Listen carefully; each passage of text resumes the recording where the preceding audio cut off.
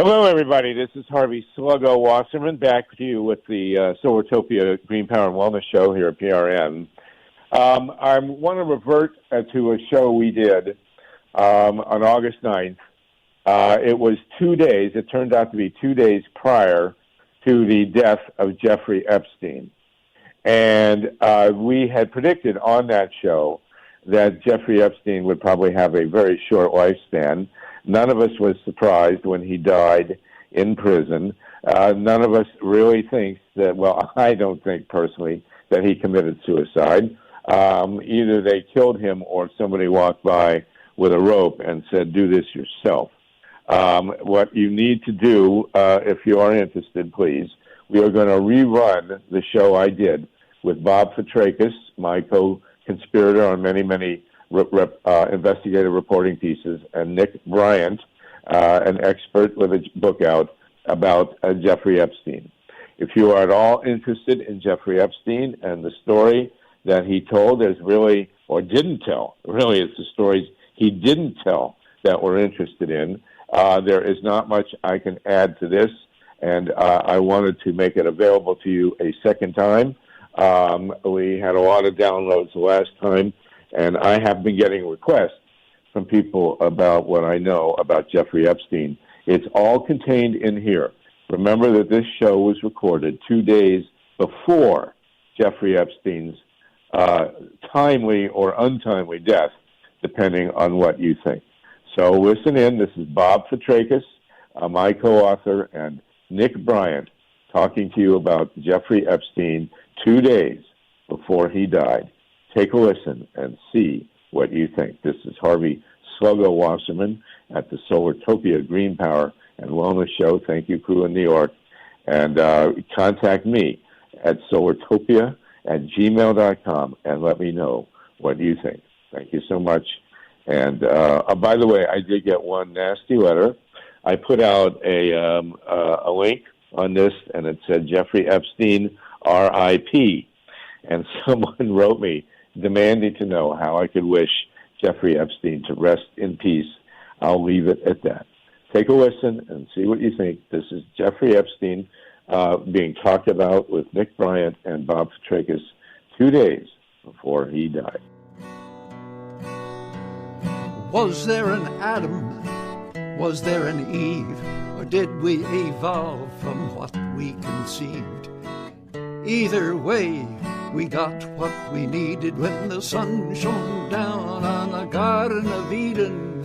Don't you know we're gonna have a Solartopia, Solartopia, Solartopia. Don't you know we're gonna have a Solartopia all over God's green world. Well, we bit that apple and the garden was lost, and so we had to work to pay the cost. And so we went digging into the ground and started to burn many things we found, but oh yeah, started to burn too many things we found.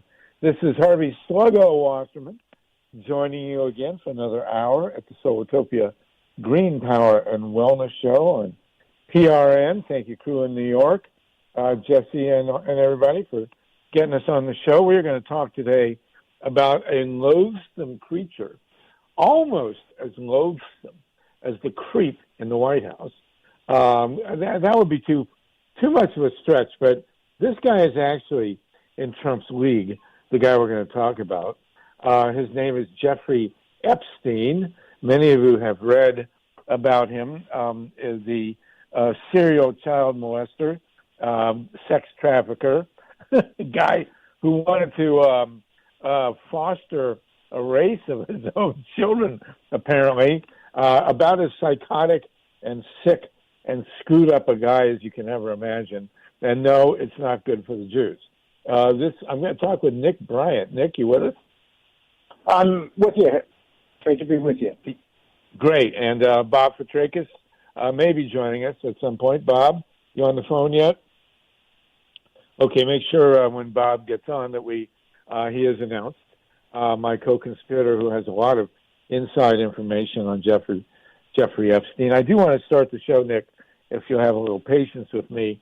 I am in Columbus, Ohio, and I've got to say, and I'm just going to let this out here, that Donald Trump is loathsome, a cretin and moron and jerk and mobster and low-life scumbag that he is. He never. How do you really feel about Donald Trump, Harvey?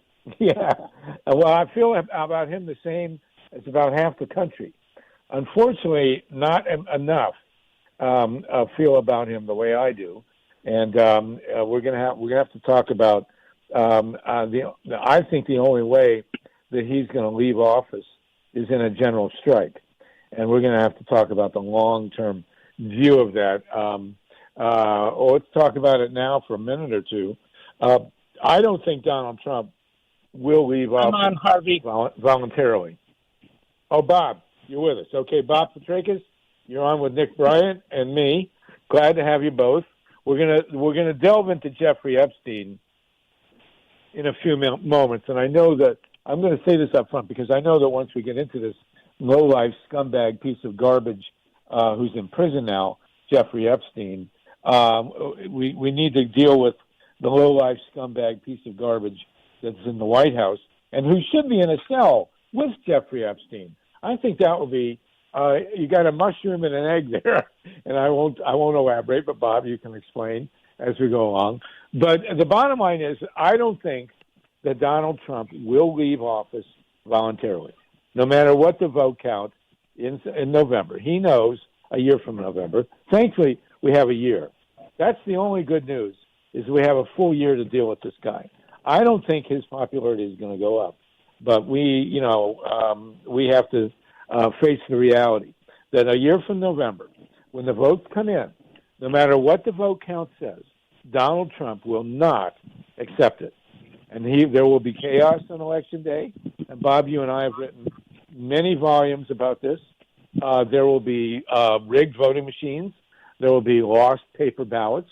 There will be long lines. And God forbid one of Trump's shooters should show up at one of these long lines. There will be people stripped from the voter rolls. There will be flipping of the vote counts. And then, of course, the perennial slave-based backup, the Electoral College. And Donald Trump will get up in front of the American public and the world and say that there were millions of miscreant Mexicans who swam across the river Rio Grande on Election Day to illegally vote in all 50 states. And no matter what the official vote count, he will say that he was the rightful winner. And he'll take it to the Supreme Court, excuse me, where he could win 5-4. So I think that we actually, excuse me, we actually have to prepare for this reality. And I think ultimately, and thinking in the big picture and the long term, the only thing that will really reliably get Donald Trump out of the White House will be a general strike. I don't see anything else. And Bob, you've been deep in the weeds of syndicalism for many, many years. What do you think about that concept? Well, the fact that we're discussing it is the shocking part, that it's actually conceivable that with Trump's ego that, he may not leave. His mentioning of soldiers and, cops and bikers, and also these 3% militiamen in places like Ohio that show up heavily armed at Trump rallies to protect a small amount of Trump supporters from people that are unarmed and exercising their First Amendment rights to counter-protest is setting the stage where that's a possibility. Well, the thing about Trump that's unique is that he is the first candidate for president who, if he loses, is virtually certain to go to prison or to Moscow, one or the other. Although, if he's no longer president, I don't know what use his current mob boss, Vladimir Putin, will have for him. But Trump knows pretty clearly. I mean, I don't think there's much doubt that if he is a private citizen, he's going to be indicted at least by the state of New York, and if there's a Democratic president, by a new attorney general. Nick, you want to weigh in on that? No, I'm here to talk about Jeffrey Epstein, but keep going. All right. Well, we'll get to Jeffrey Epstein in a minute then. So that's something I want to say. I also want to echo, I've said this before. There's only one electoral force that's going to defeat Donald Trump in the upcoming election, assuming we have it in November 2020, and that's the millennials. I just read another piece by my buddy Norman Solomon about how Nancy Pelosi has complete contempt and actually fear, I think, for these 4 women in the Congress. And it's basically she's looking at her own mortality. These 4 women, it's of course significant that they're women and they're of color, and not all of them are Christians. But it's also most important that they're young.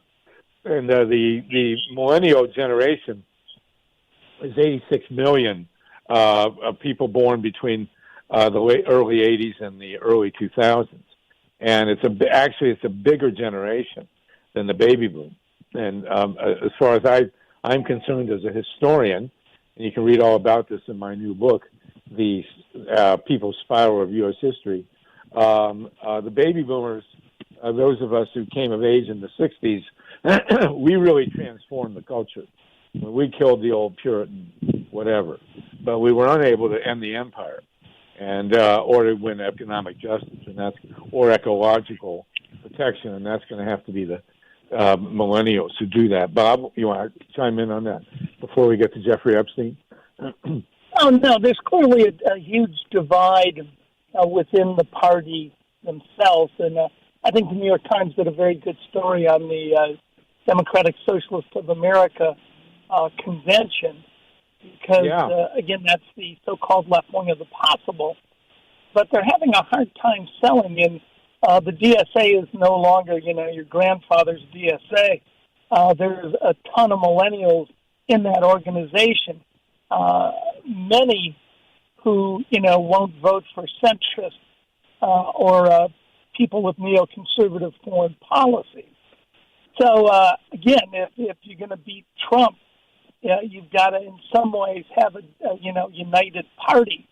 And at this point, we're not seeing that. Right, and God help us if the nominee is Joe Biden. I mean, this guy, he belongs in a home.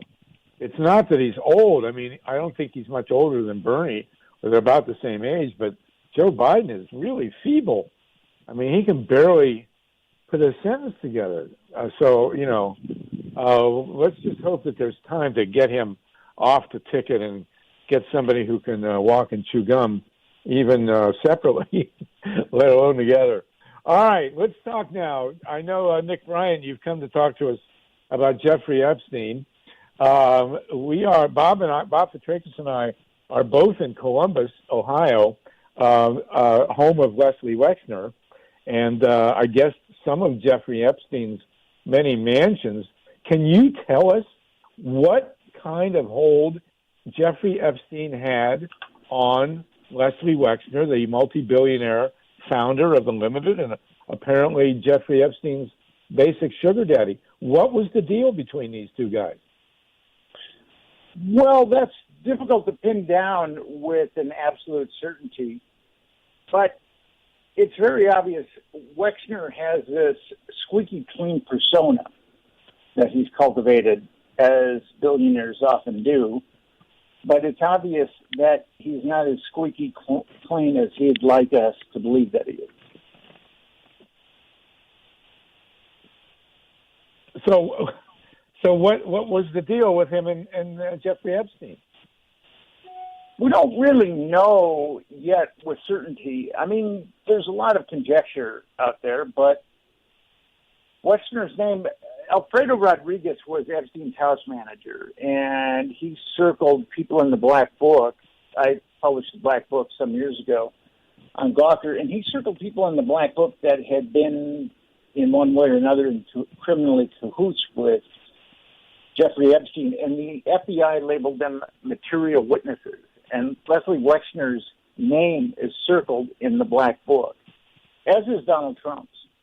So the house manager obviously felt or saw that something they had done was in line with Jeffrey Epstein's criminal enterprises. All right. So what do you want? Let me put it in your ballpark here. Pitch your softball. What do you want to tell us about Jeffrey Epstein? Well, there's a lot of inexplicable things about Jeffrey Epstein. That's the thing, is he had a job at Dalton. He dropped out of college. He had a job at Dalton. And then he hooked up with Steve Hoffenberg, who at that point had pulled off the largest Ponzi scheme of all time. And Hoffenberg has said that Epstein also was in on that Ponzi scheme. It's difficult to know. But then in the mid-'80s, Epstein hooked up with Wexner. And at that point, his fortune started to soar. And he also, around that time, hooked up with Ghislaine Maxwell, who was the daughter of former spy and disgraced entrepreneur Maxwell. And ultimately, so Epstein had the money of Les Wexner, and he had the social connection of Ghislaine Maxwell. And ultimately, he started his little pandering network, which actually became quite large. He was flying girls from around the country. He had, in the Black Book, I mean, he's got girls all over the country, and actually he's got girls in London, and he's got girls in Paris. And then there's very sordid allegations, which I think are probably true, that he was buying girls in Eastern Europe.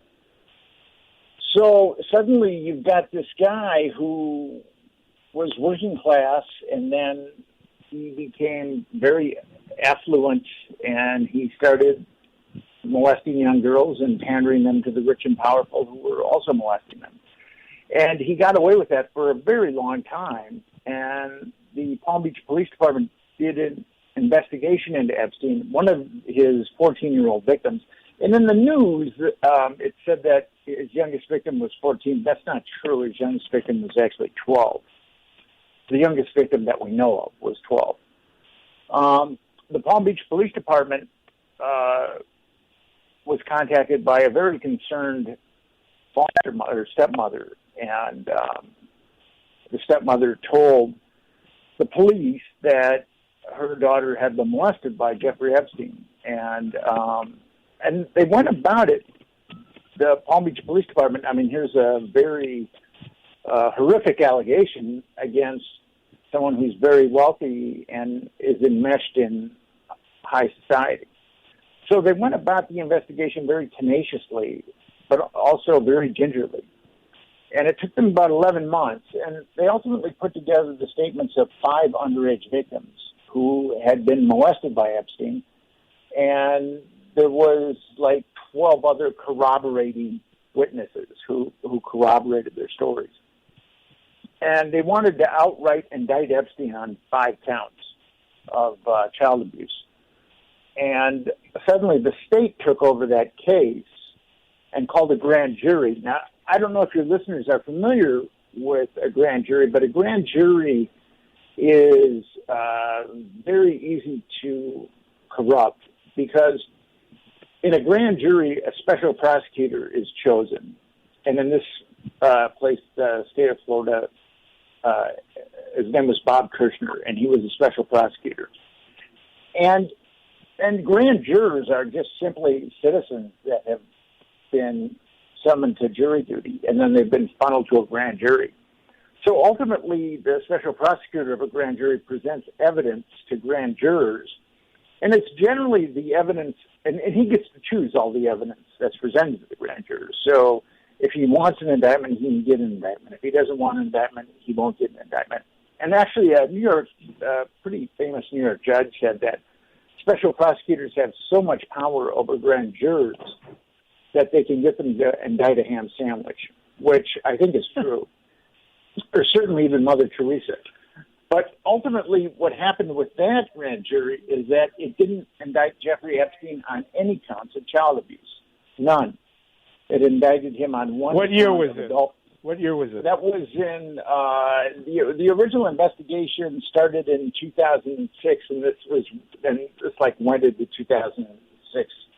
The original investigation started in 2005, and this went into 2006, 2007. So, and Bob Fitrakis, who's on the line with us, was following Les Wexner's career back then. And Bob, did you run into any of this stuff when you were investigating Wexner? Oh, maybe Bob's not there anymore. Okay, so go ahead. So ultimately, what happened is the Palm Beach police chief, his name is Michael Ryder. He put up. He just really went apoplectic. He was very, very upset by that grand jury, and he really was quite vocal, and he took a tremendous amount of heat. There were people following him around, and he had been a distinguished law enforcement officer for many years, and he had taken a tremendous amount of heat from the people that Jeffrey Epstein hired. And actually, the Palm Beach Police Department had once they decided that they were going to dig into Jeffrey Epstein. But he wouldn't back down. And then ultimately, the feds came in. Now, the feds had a list of approximately 35 to 40 underage victims that Epstein had molested. And they did not act upon that information. And actually, they did not indict Epstein. Ultimately, what happened there was the feds got Epstein to plead guilty to one count of pandering a minor and one count of pandering an adult. And he was looking at 20 years with those two indictments. But he pled to 18 months, and he served 13 months in the county jail. So the feds really came in, and that was our former labor secretary, Acosta. Yeah, but wasn't he allowed to be at home during that? No, that he period? was. Yeah, it was a joke. He was allowed to go out during the day. He kind of had his little cell turned into a suite. It was. His punishment was a complete joke.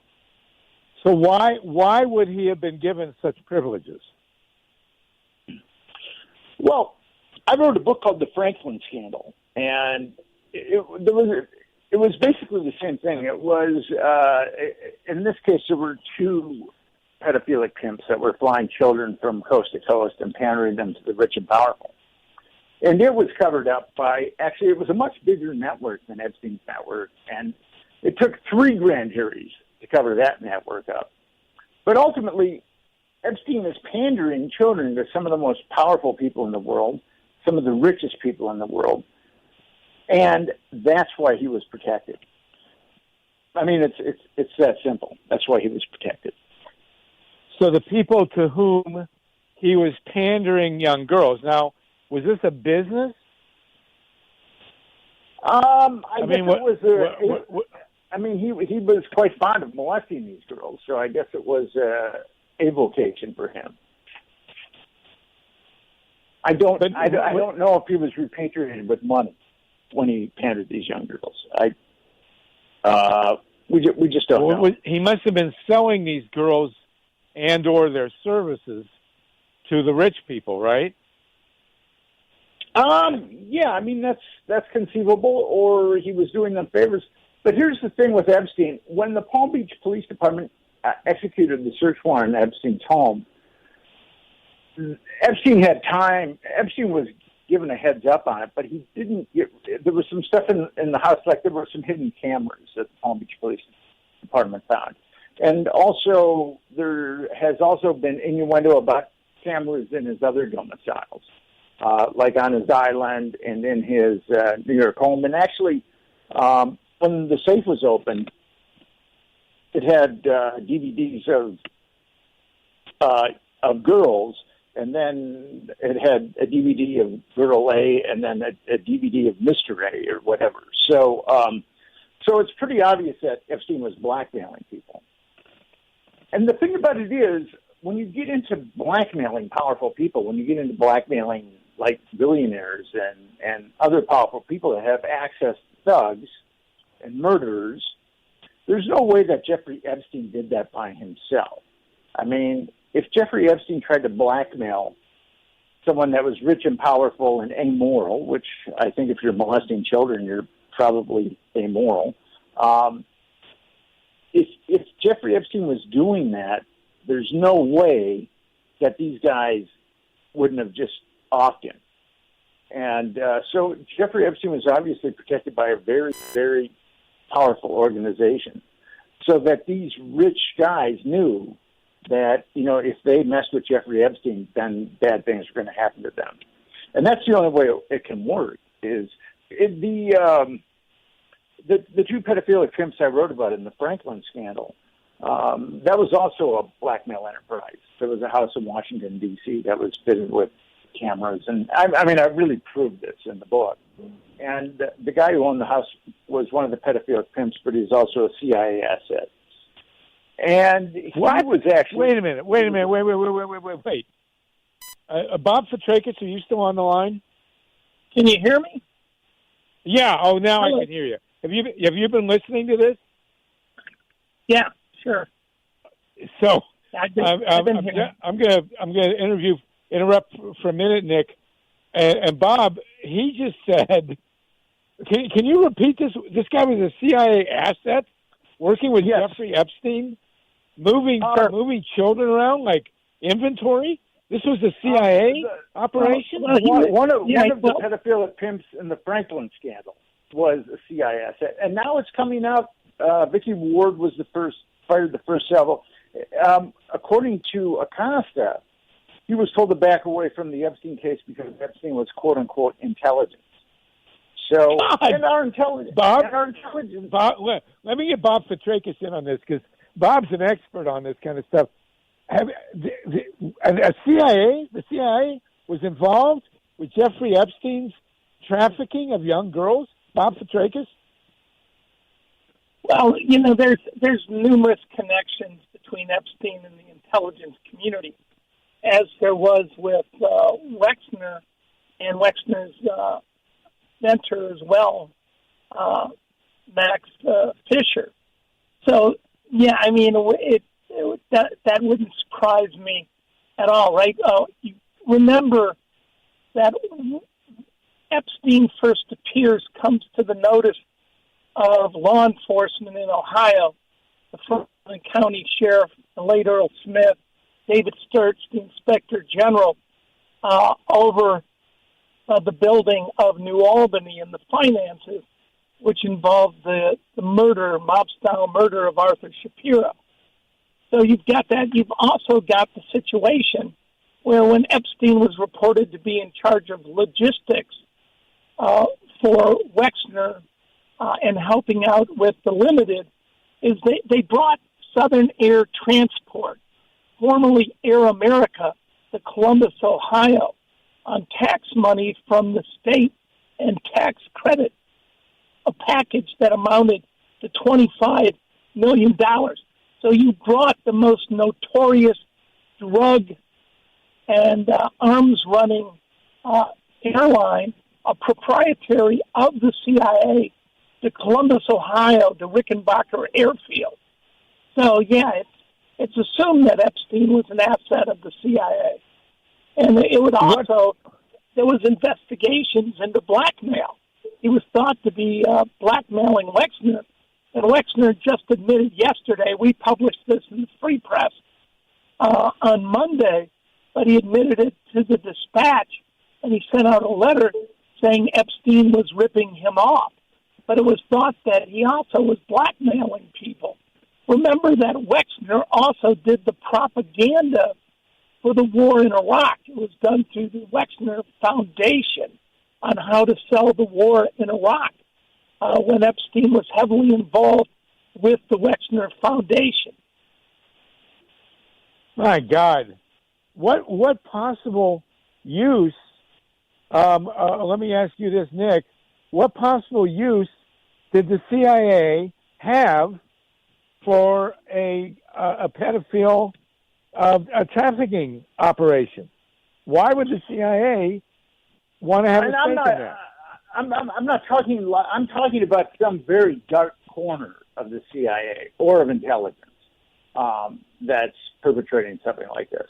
And blackmail has always been the currency of intelligence operations and intelligence agencies. I mean, Americans are very, very naive about blackmail in the United States and blackmail of our politicians.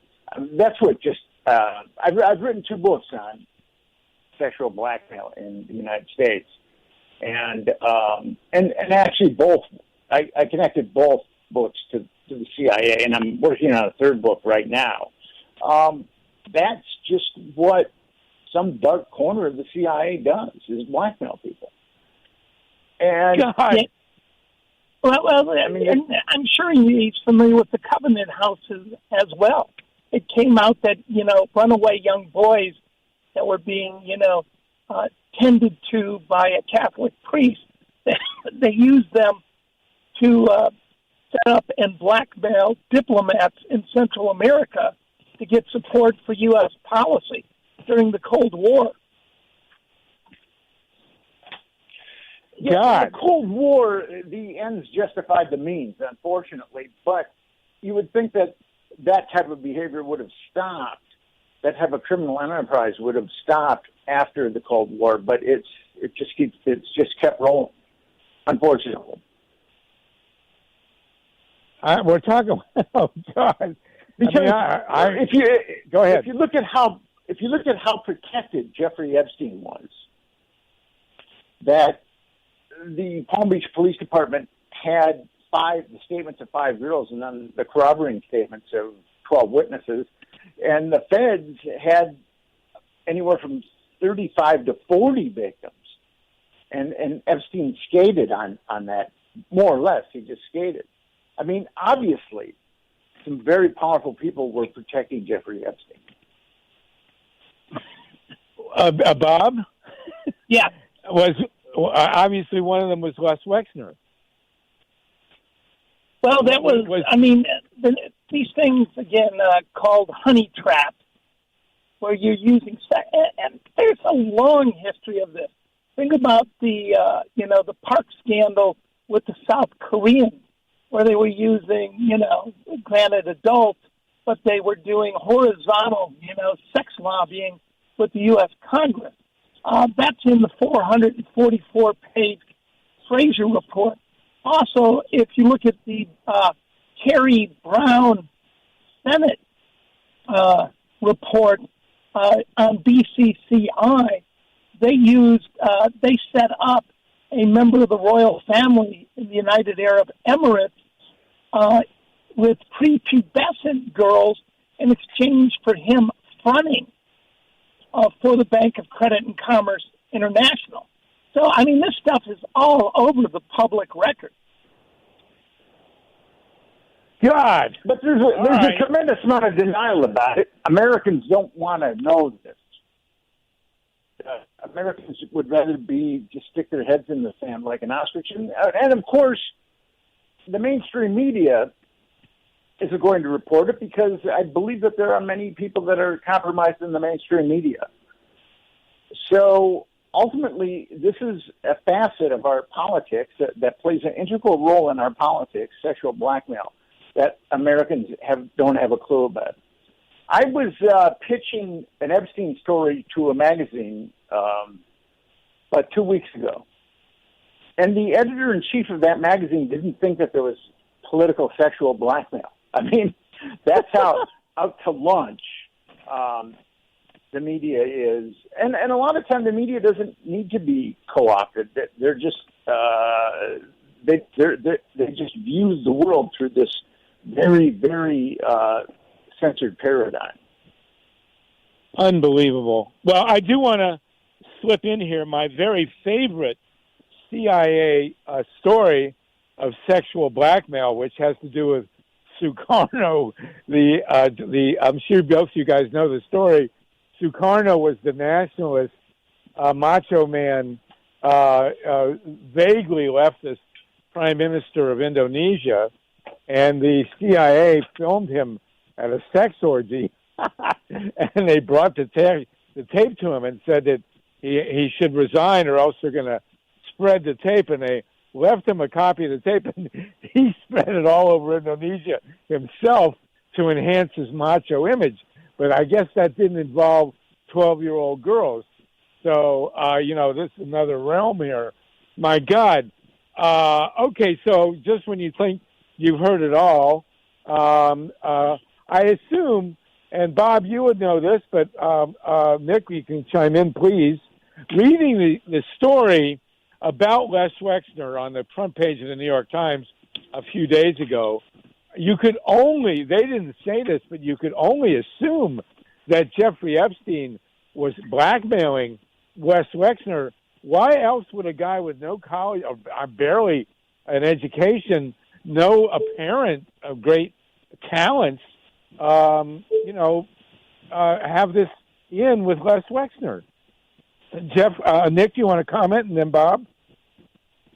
Well, obviously there was something going on between Jeffrey Epstein and Les Wexner. We don't know for sure that it's blackmail. I mean, there's a lot of conjecture on that, as I said earlier. But Les Wexner isn't the squeaky clean billionaire that I think he's made himself out to be. He has a history of organized crime associations, and I think if someone goes underneath the surface of Les Wexner, they're going to find some very, very ugly realities. Well, Bob Fitrakis has done just that. Bob, you have a piece in the Free Press and at freepress.org. Do you want to talk a bit about how? I mean, this is going to come out sooner or later. I mean, Les has done an amazing job of staying under the radar screen. Bob, what do you see in your crystal ball future here for Les Wexner? Well, Wexner's approach, and he used this when Epstein was, under investigation in Florida, is he says, he now admits that Epstein stole vast fortunes from him. And in my article, when Epstein first came to my attention, the Inspector General's office, for whatever reason, called Epstein the boyfriend, Wexner's boyfriend. And again, they also used to call him Les's Gal Friday. Is he endeared himself? Wexner had been real reclusive, not seeking much publicity. And suddenly, there was vast parties, and, Epstein was holding court out in New Albany. So it was thought that he had some hope. I mean, Wexner has now admitted that he gave Jeffrey Epstein durable power attorney over his finances. So the question is, the relationship, seemed to sorrow by, somewhat after Wexner got married, but, they really didn't have a breakup until the indictments in Florida. But that wasn't the end of it, though. I mean, they continued to have... No, it went on. Financial interchanges went on at least to 2011. Yes. And then the indictments were in 2008. Wexner has said that he completely disengaged from Jeffrey Epstein after Epstein was indicted for child sexual abuse. But that's not true, because Wexner and Epstein have had financial arrangements, overt financial arrangements, until at least, as Bob said, 2011. So Wexner's lying about that. And why would someone lie about that? Obviously, he has something to hide. My God, I mean, this is really mind-boggling. Where and how, Nick, does Donald Trump fit into the picture with Jeffrey Epstein? Well, Donald Trump's name is also circled in the Black Book. And I wrote an article. It's kind of funny. I had the Black Book and I had all these passenger manifests, and no one in New York would publish the article. I mean, I just found it mind-boggling. And I was ultimately able to sell it to Gawker. To who? And to Gawker, the former site Gawker. And Gawker, yeah. Trump said through a spokesman that he had never been to Epstein's home. Now, I have absolute proof that Trump has been to Epstein's home. So, via his spokesman, he lied in that article. Now, Trump lies quite a bit, so that doesn't shock him. But he definitely lied in that article. And is there evidence of any financial dealings between Epstein and Trump? Yeah, well, Nigel Rosser, who writes for the Evening Standard and thought to be a confidant of the Queen, yeah, you got to recall that Epstein actually was at the one of the Queen's birthday parties and was very close to Prince Andrew, and went on 5 excursions with Prince Andrew and Ms. Maxwell, his lady. So Trump is on tape, right, the 92 tape, where they're with the cheerleaders, and also the report a few years later of, the models showing up for a party, and the only 2 males there were Epstein and Trump.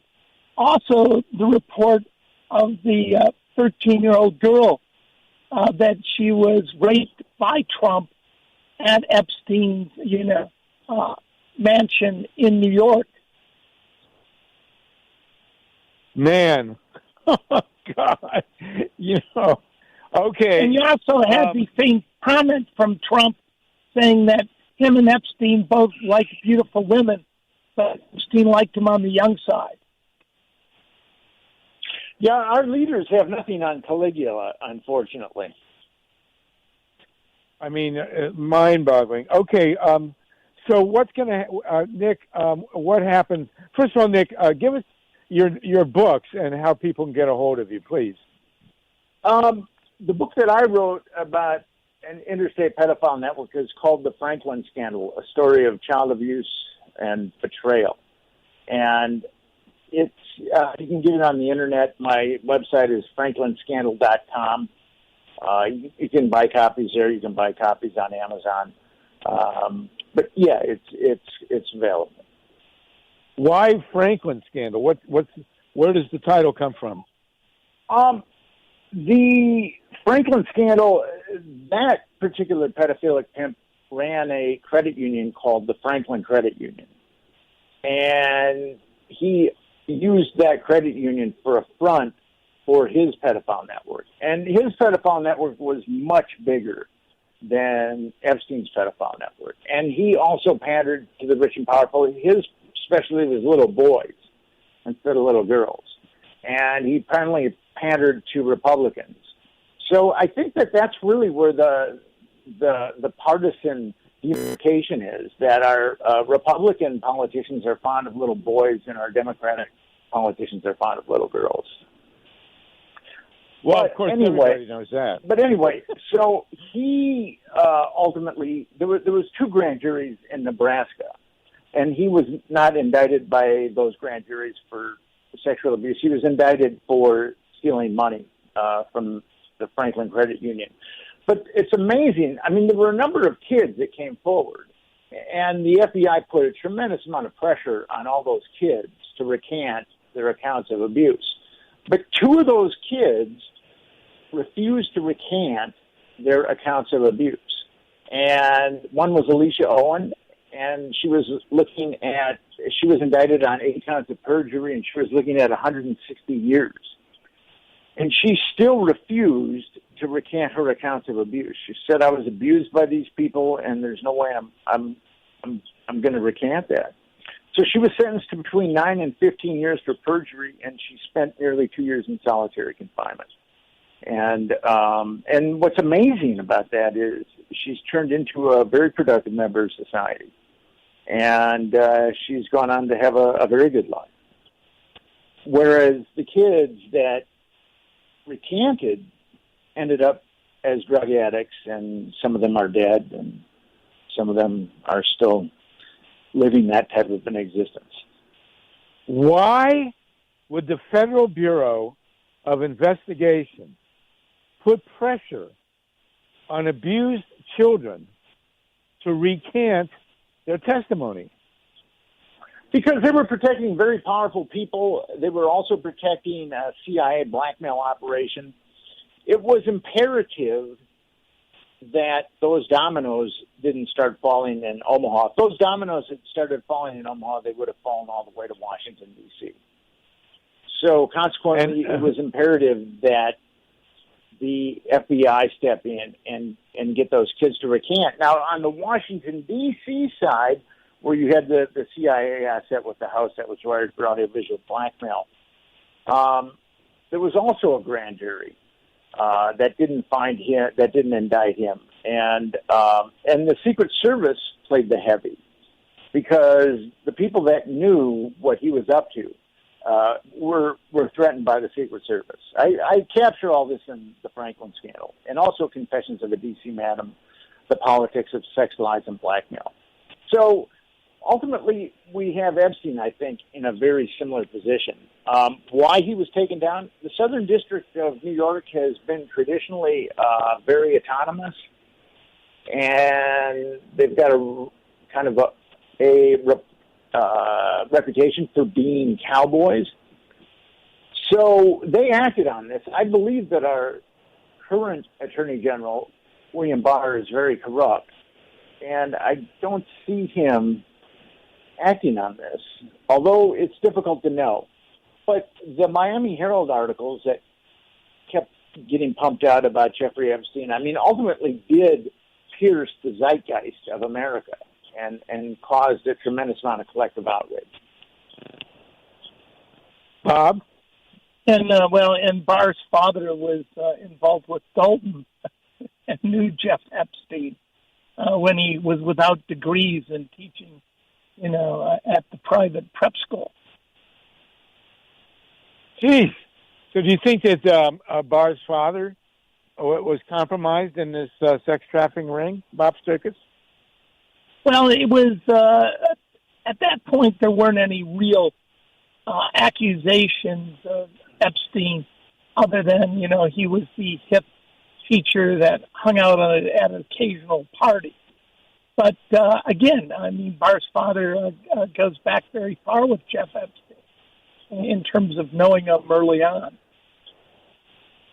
So, Nick, if you were the insurance company that had a life insurance policy on Jeff Epstein, what would you guess the current actuarial reality would be for this guy? I would be actually quite nervous. In the Franklin scandal, there were two pedophilic pimps. One committed suicide.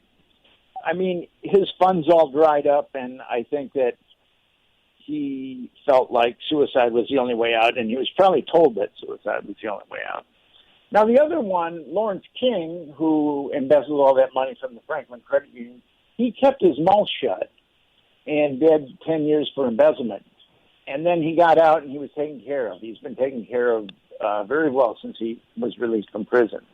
So I think the deal with him was, Larry, you've done some good work for us. If you keep your mouth shut, you're going to have to do some prison, but then we'll take care of you.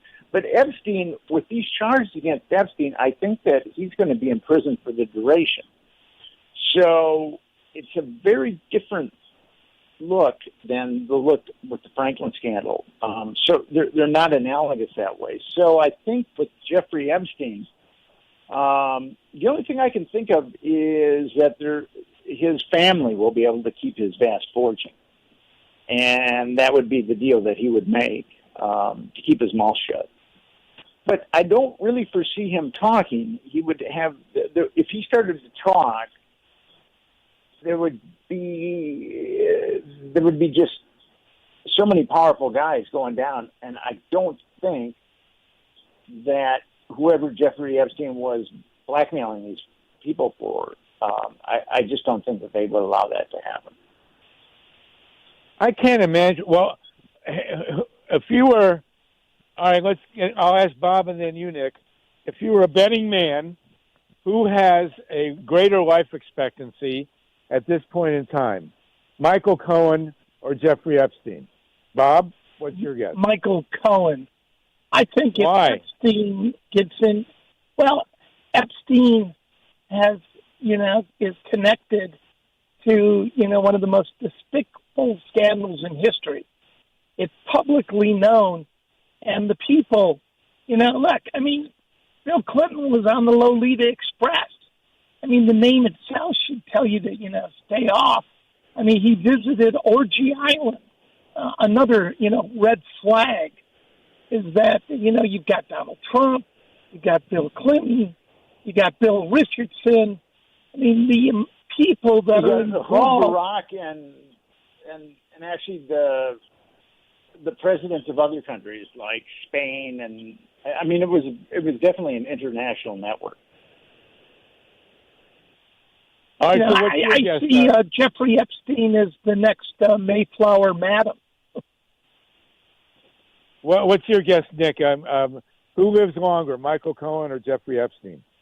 I think Michael Cohen definitely lives longer. I just can't see. Jeffrey Epstein is too used to his creature comforts. He's lived this unbelievable life for a very long time, and I just don't see him being able to cope with the brutal realities of prison. And plus, if you're a pedophile in prison, that's very, very hard time. You have to be segregated from the general population, or else that's pretty much the end of you. So I definitely don't see Jeffrey Epstein going the distance on this one. God, I'm going to have to take a shower after this show. Really mind-boggling. Nick, what else do you want to tell us about Jeffrey Epstein? And you got to understand, Bob Fitrakis has a tremendous knowledge of this kind of stuff. So, I've what talked else to Bob do you want to throw about out this. there? Bob is very edified about this. That's about it. We've pretty much covered all the bases as far as Jeffrey Epstein goes.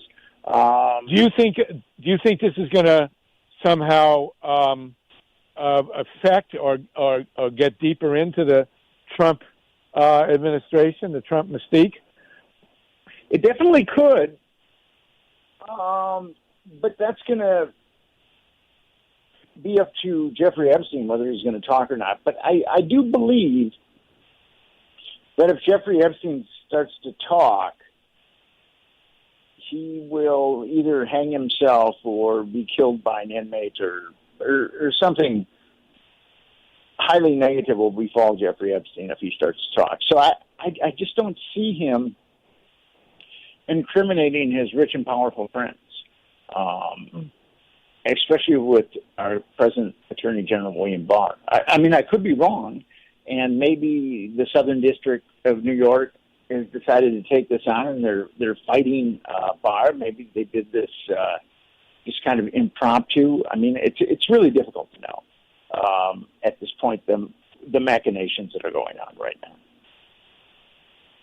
God, Bob, what do you think? Trump Donald was included in Epstein's circle. If you go back in Nigel Rosser's article, where really he's trying to warn Prince Andrew, not to hang out with Epstein. But, they were at Mar-a-Lago. They were at, Trump resorts. They were very close. Rosser, includes Trump as one of the cronies of Epstein in that period around 2003. And then Trump is circled in Epstein's black book. So according to the FBI, that would make him potentially a material witness to Jeffrey Epstein's crimes. Lots of luck with that one. Don't the state governments get? Well, obviously the state intervened in Florida. What about the state of New York? Could the Attorney General of the state of New York, who's not under Bill Barr's thumb, get involved in this, Nick? They could. But it's going to be interesting to see how this plays out. According to Acosta, he was told to back away from Epstein because Epstein was intelligent. So there's a lot of things there's a lot of variables right now that are completely unknown. And hopefully these variables will come to light if Epstein doesn't kill himself. But or get killed. And Governor Cuomo had ties to Epstein as well. Oh my God! Really? Was he in the black book? Is Andrew? The questions? There was questions of whether it was money, the connections, or whether he just knew him because he was rich. For God's sake, the current man running for Prime Minister of Israel and was in business relations and very close to Jeff Epstein as well. It's emerged as a campaign issue. Oh my God! Who else? It's pretty ugly. It's very, very ugly. Well, I'm going to imagine that Jeff Epstein's not going to live very long. Michael Cohen has pretty much, shot his wad, at least as best we can tell. That was a smart thing to do. I don't know that they would ever let. If this is as deep as it sounds, I can't imagine them letting Jeffrey Epstein live long enough to start really spilling the beans. Well, one chance at living a long life is the question of how much he taped and recorded. And there were reports and speculation that some of that were on his island, Orgy Island, and that he may have set up a way to release that information if something happens to him. Nick, have you heard anything like that? I have. I've heard innuendo in that area, but I don't know. There's so many people talking now, bringing up stuff. I'm just trying to sift through it and find the gold nuggets. It's difficult to know. I've been following Jeffrey Epstein for 8 or 9 years, and I never thought that I would see him in federal prison. So I'm very happy about that. He destroyed a lot of kids, and nothing destroys people like sexual abuse. So he's destroyed a lot of kids, and he should be in prison. So for that, I am grateful. Although he had rich and powerful cronies that helped him destroy a lot of kids, and I'd really like to see them go down too. I don't know if that's going to happen, but it would be wonderful if it did. Well, do you have the infamous picture of Donald Trump naked, surrounded by 12-year-old girls? I do not, no. Bob, have you seen that picture? No, I haven't. But it should be noted that here locally, a alleged rape occurred at Wexner's mansion by Epstein in 1996. So when Wexner says he was totally unaware, the question is, if that occurred at your mansion, would you be totally unaware of it? Oh my God, this is really, Yes, that is something that rape did occur at Wexner. Jeffrey Epstein did rape a girl in Wexner's mansion, and so Wexner isn't the clean, squeaky billionaire that we thought, as I've said earlier in this interview. And hopefully we're going to get someone will lift the veil. The Department of Justice will start lifting the veil on Leslie Wexner, and we can see exactly what's going on there. Well, Wexner did renounce Trump, so you would at some point. So you would assume that Barr will probably not be unhappy to see Les Wexner's downfall. All right, you guys, thank you very much. Nick and Bob, an astounding hour, and we'll have to have you guys back to talk about it some more. It's been just a grotesque exploration at the Solartopia Green Power and Wellness Show. Thank you both, and I wish you well. Solartopia, Solartopia, don't you know we're gonna have a Solartopia? we bit